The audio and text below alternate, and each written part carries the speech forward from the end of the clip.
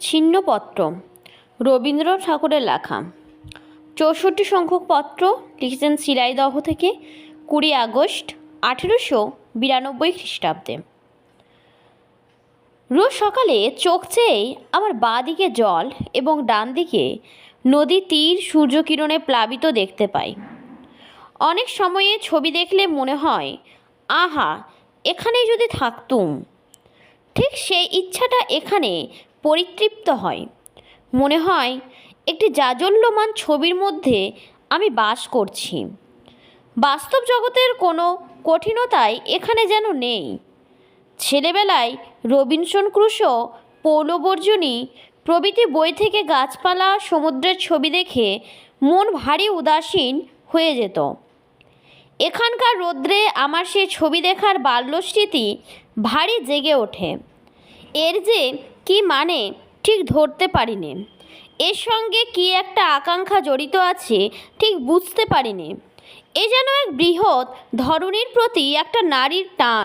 এক সময়ে যখন আমি এই পৃথিবীর সঙ্গে এক হয়েছিলুম, যখন আমার ওপর সবুজ ঘাত উঠত, শরতের আলো পড়ত, বিদেশে আমার সুদূর বিস্তৃত শ্যামল অঙ্গের প্রত্যেক রোমকূপ থেকে যৌবনের সুগন্ধি গন্ধ উত্থিত হতে থাকত, আমি কত দূর দূরান্ত, কত দেশ দেশান্তরে শুয়ে পড়ে থাকতুম, তখন শরৎ সূর্যালোকে আমার বৃহৎ সর্বাঙ্গে যে একটি আনন্দরস, একটি জীবনী শক্তি অত্যন্ত অব্যক্ত, অর্ধচেতন এবং অত্যন্ত প্রকাণ্ডভাবে সঞ্চারিত হতে থাকত, তাই যেন খানিকটা মনে পড়ে।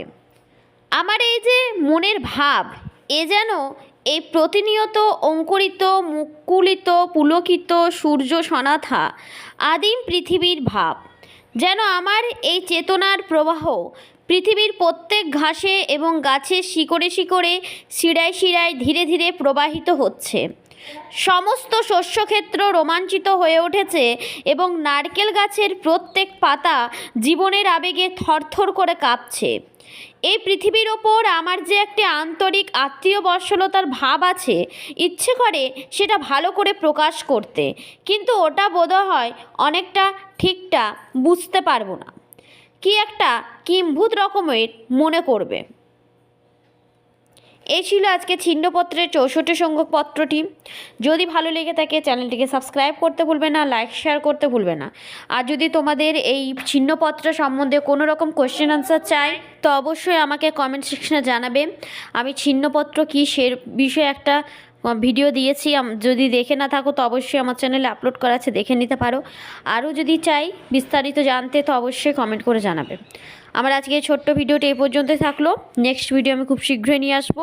তোমরা ভালো থাকবে, সুস্থ থাকবে।